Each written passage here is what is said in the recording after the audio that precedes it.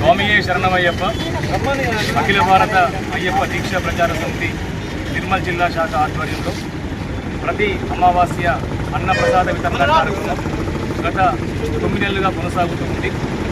హిందూ సాంప్రదాయంలో అన్నదానానికి చాలా ప్రాముఖ్యత ఉంది. అమావాస్య రోజు అన్నదానం చేయడం అంటే పెద్దలని మరొకసారి మనం స్మరించడమే.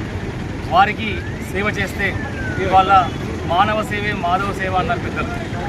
యాచకులకు సామాన్య మానవులకు మనం సేవ చేస్తే, అన్నదానం చేస్తే సాక్షాత్తు భగవంతుడికి సేవ చేసినట్టే అన్న విధానంతో ఇవాళ అఖిల భారత అయ్యప్ప దీక్ష ప్రచార సమితి ఈ కార్యక్రమాన్ని చేపట్టడం జరిగింది.